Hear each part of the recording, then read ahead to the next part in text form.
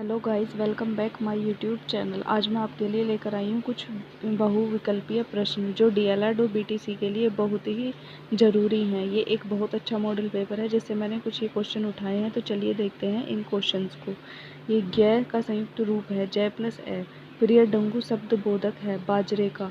नधे शब्द किसका रूप है? तो ये चतुर्थ विभक्ति एक वचन का। पठामी धातु रूप है गम धातु का, वध धातु का, पट धातु का, तो पट धातु का। अशुद्ध वाक्य है, इसमें दो अशुद्ध वाक्य हैं, एक मद फलम अनायाम और एक मम रमेश गच्छति। जगति शब्द में लिंग वचन की विभक्ति है, स्त्रीलिंग एक वचन, पुल्लिंग एक वचन, स्त्रीलिंग बहुवचन, नपुंसकलिंग द्विवचन।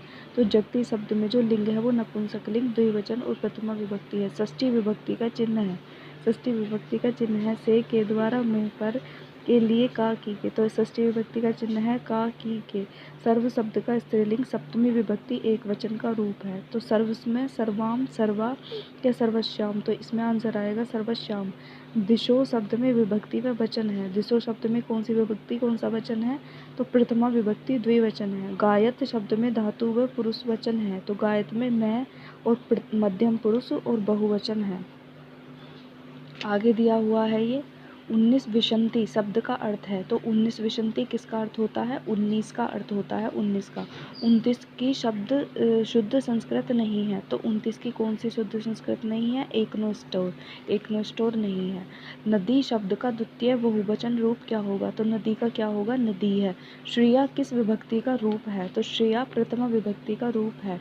पूर्वशाल का विग्रह है, पूर्वशाल का विग्रह क्या है? पूर्वशाल का विग्रह है पूर्वस्य सलाया भव। नम धातु विधिलिंग परस्मय पद मध्यम पुरुष एक वचन, ये किसका है? ये नम्हे का है। पठ धातु, ये जो पठ धातु दिया हुआ है इसमें लोट लकार उत्तम पुरुष एक वचन रूप है। तो ये किसका है? ये पठानी का है। समास किए गए पदों को कहते हैं, मतलब जिसमें समास करते हैं हम जिन पदों का, उन्हें क्या कहते हैं? तो उन्हें हम समस्त पद कहते हैं, तभी तो वो हमारे समास बनते हैं। अधिहरी में समास है। अधिहरी में कौन सा समास है? अवयवी, अवयवी समास है, क्योंकि ये अधि और हरि, तो अधि जो है हमारा अवयव हो जाएगा, तो ये अवयवी समास है। पद पाठ हेतु संस्कृत में निम्नांकित तत्वों पर ध्यान देना चाहिए। तो किस चीज़ पर हमें ध्यान देना चाहिए? उचित आरोह व अवरोह पर, उचित स्वर स्पष्ट का, शुद्ध उच्चारण का, तो सभी चीज़ों का ध्यान देना चाहिए। विसंग शब्द का अर्थ है, विसंज्ञा शब्द का क्या अर्थ है? चेतना युक्त, चेतनाहीन, अच्छी संगति और स्वास्थ्य है। तो इसमें है चेतनाहीन। धेनवा शब्द में लिंग वचन व विभक्ति है। तो धेनवा शब्द में कौन सा लिंग कौन सी विभक्ति है?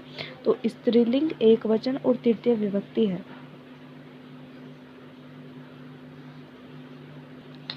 आगे क्वेश्चन है राज्ञ शब्द में शब्द रूप में प्रयुक्त वचन है। तो कौन सा है? इसमें है एक वचन व बहुवचन दोनों। स्वास्थ्य शब्द में धातु पुरुष व वचन है। तो स्वास्थ्य में कौन से है? स्वास्थ्य में है स्था मध्यम पुरुष।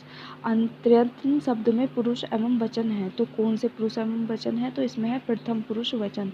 ते श्वः अगस्यन्ति वाक्य का हिंदी में अर्थ होगा। तो क्या अर्थ होगा? वे सब कल आएंगे।